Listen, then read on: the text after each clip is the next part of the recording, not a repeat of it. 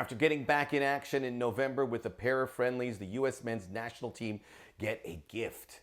A non-FIFA window. There wasn't a game there, but now there is. December the 9th in Fort Lauderdale. USA will be playing El Salvador, and the opponent and the venue doesn't really matter here, but it's another 90 minutes. It's another camp where Greg Berhalter can strengthen the squad and also deepen the pool.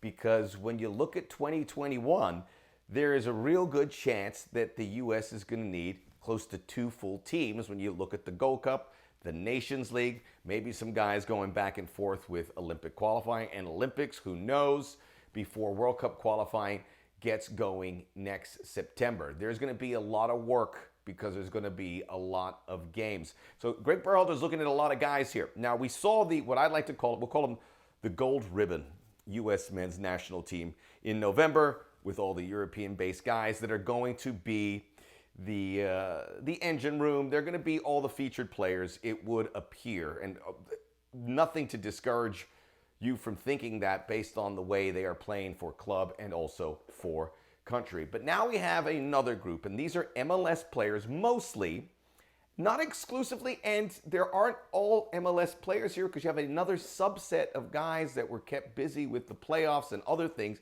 that are not on this team. Guys like Jordan Morris and Jossie Zardes. I would include Josie Altidore in here. Darlington Nagbe, even though he has to figure out what he wants to do with his international ambitions. Matt Turner, who could be the #1 goalkeeper with the Revolution, he is also going to be in the mix.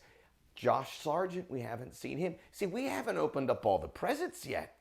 There's a lot of gifts for the U.S. men's national team, and there's still that have been unwrapped. They haven't been unwrapped. Is that right? I better learn that, especially around the holidays.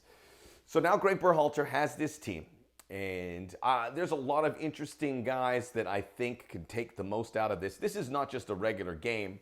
I think this is a big, important spot for them to get closer to where they want to look in 2021 because of the 2 squads.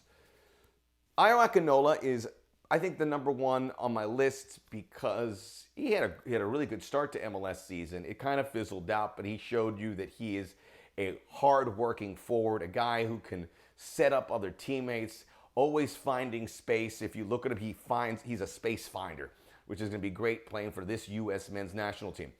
Now, he can also play for Canada or Nigeria. Canada's not going to have a game for a long time, so the USA can really come in here, impress him. Playing for the U.S. carries a lot of clout now because of what the kids have been able to do.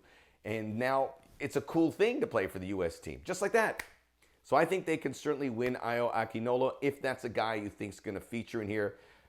This could be a big breakthrough for him there. The other thing I think you can take away, actually a few things, is getting to know the pecking order of the central defenders. We have some really exciting wide defenders, fullbacks. We have John Brooks is going to be one center back, but who's alongside him? I think you have 3 guys here that will put their hand up as a possibility. Walker Zimmerman, MLS Defender of the Year, big, statuesque, good on set pieces. Aaron Long, who a lot of folks have already put in that starting defensive line for the U.S. men's national team because he plays so well with his feet. He's really earned it. And then Mark McKenzie, the young Philadelphia Union defender who is rocketing up the charts. He had a great year for Philadelphia, and he has all the makings of a very special center back. So you have these guys that are also going to feature in here as well. You have the dual nationals. We mentioned Ayo Akinola. Efraim Alvarez, who played for Mexico under 17, played great for them. Didn't do so awesome for the LA Galaxy, but this is a chance to see if he works in this system, which I think he certainly can. Jackson Yule, one of my favorites. He's just 23.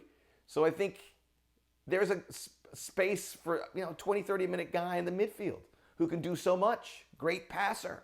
It works. It fits. And then the guy I want to see the most. The midfield looks pretty locked in for the U.S. based on what we saw in November.